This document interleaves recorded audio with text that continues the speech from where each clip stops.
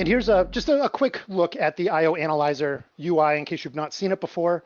Again, if you have a tool that you like, please use what you like. I just offer these things up for folks who maybe haven't had to do this before and are really just starting to kind of research this project and need a good starting place. So as you can see, we do total IO per second. We do read and write times, CPU utilization, all the things that I just talked about, you can actually pull out using the free IO Analyzer tool from VMware. Okay, so we've run all of our tests.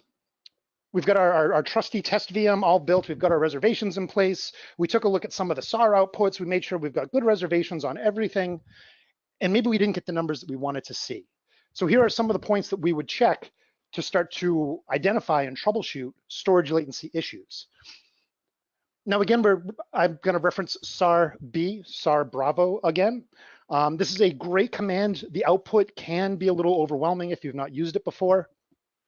In my opinion, it is worth kind of sticking in there and learning this command because it is so useful.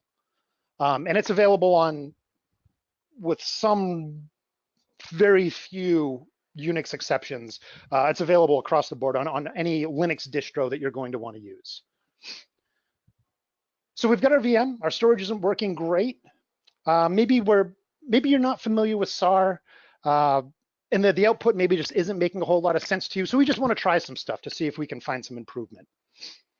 So the first thing we're going to do is we're going to vMotion and storage vMotion that VM and the disks created for it to a new storage location.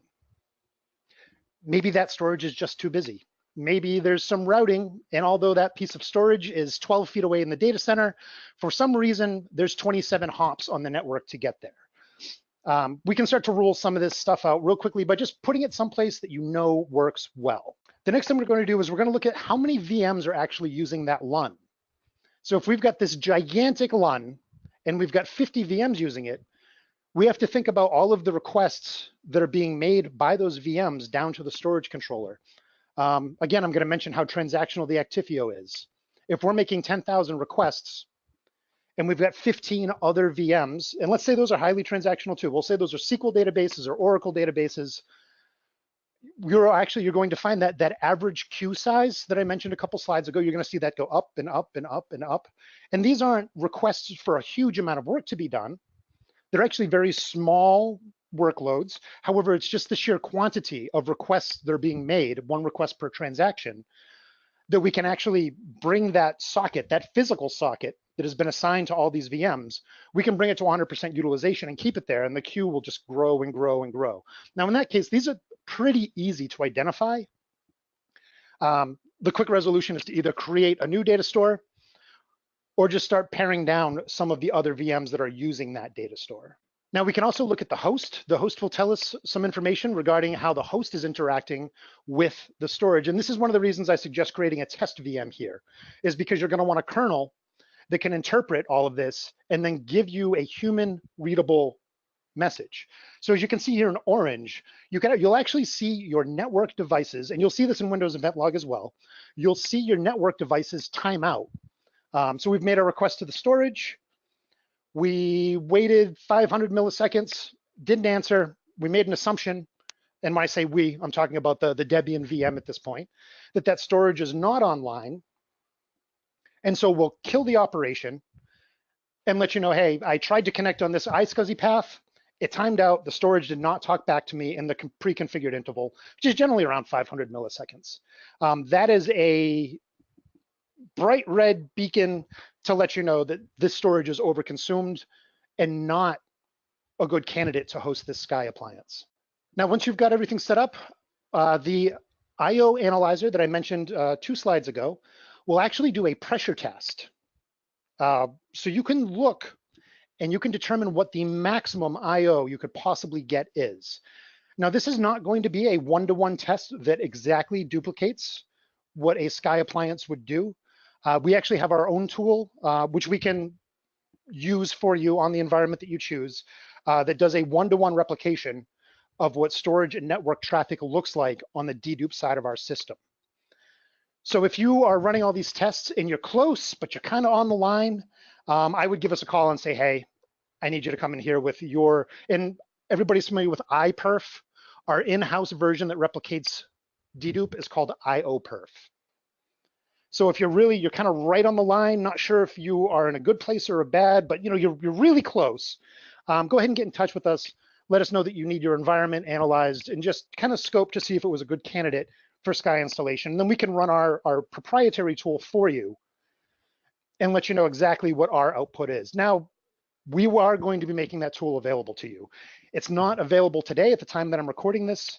However, before the end of the quarter, this proprietary IOPerf tool that replicates dedupe should be available to every Actifio customer. A couple last steps, and some of these we'll just, I don't want to call it common sense, we'll call it good sense. Take that IO meter performance analyzer and run it on a physical machine on that same network branch using the same storage.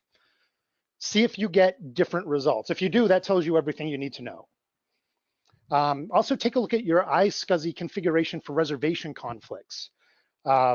Just to give you the most ridiculous example I've seen at Actifio, I have seen a Sky installed on an iSCSI branch. That iSCSI branch also hosted the VoIP phone system. And we were trying to figure out some troubleshooting issues. We didn't know that we were on the same iSCSI branch as VoIP. And then the phone rang and I lost connection to the Sky. And that was my first clue, is something weird is going on here. And so I was able to then call into that VoIP system. And every time I rang the phone, I could disconnect Sky.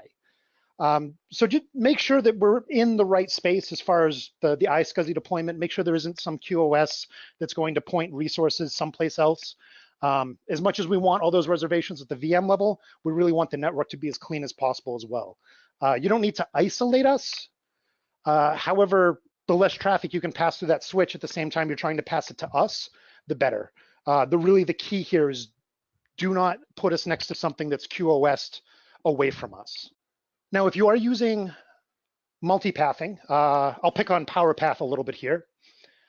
Some of the default settings do not work well with us. One of the default settings in PowerPath is that if PowerPath cannot see an open path to the target, it will queue your IO.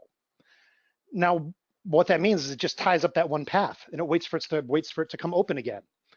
If that path is reserved and something else is using it, your job will never make it to the Sky and you will never see an error. The reason you will never see an error is because the behavior dictated by the PowerPath configuration is that we are to queue and hold station until that path becomes open.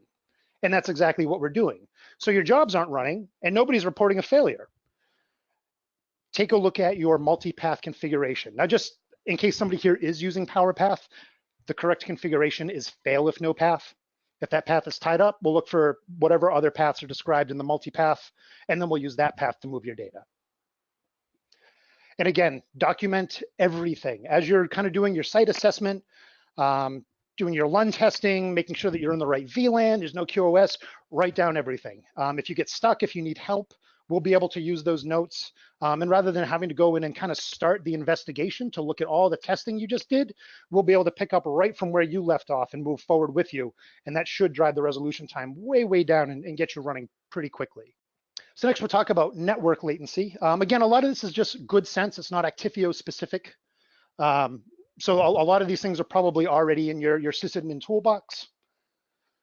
We can use iPerf and we can use the IO analyzer tool I mentioned earlier to check the actual maximum bandwidth. We're just going to flood that pipe and see how much traffic it can sustain over a period of time that you specify. If you have the availability, I would run it for about 10 minutes. You can also run iPerf of the IO analyzer tool to a machine outside the ESX host. So we've got a physical SQL box sitting next to an ESX node, and that ESX node also hosts SQL. Let's run it on both and compare the results. If they're on the same switch, same VLAN, same network, same storage, but we're seeing hugely different results between the physical host and the virtual host, then we're going to want to dive back in and take a look at that VM configuration again. Generally, it turns out that something, you turned the Bloom filter off, you went to save it, VMware said, hey, you sure you want to turn that off? It's a really good idea to keep it on. And then you clicked OK just to get out of the window. And what you didn't see was you actually just turned the Bloom filter back on. So next we're going to take a look at, and again, this is just good sense network troubleshooting. Take a look at another VM that sits right next to the one that we're trying to get at. And this will let us know if the VM is not configured right. And if you are getting the same results, we can rule out something like a bad CPU, a bad vSwitch, a bad IF bridge, all those kind of, we'll say, behind the scenes or under the covers things that VMware does that many of us are familiar with. But if you don't have like a VMware certified professional certification, some of the minutia behind the vSwitch and the IF bridge, the rabbit hole goes pretty deep there. So we can run some of these tests at a high level and just kind of get a good idea of whether or not that component is configured correctly and ready to use. And again, document everything. Thank you for joining us for another YouTube Tech Tip video. If you like the content you're seeing on this channel, please remember to like the video, subscribe to the channel, and turn on notifications so you will be alerted to any future content.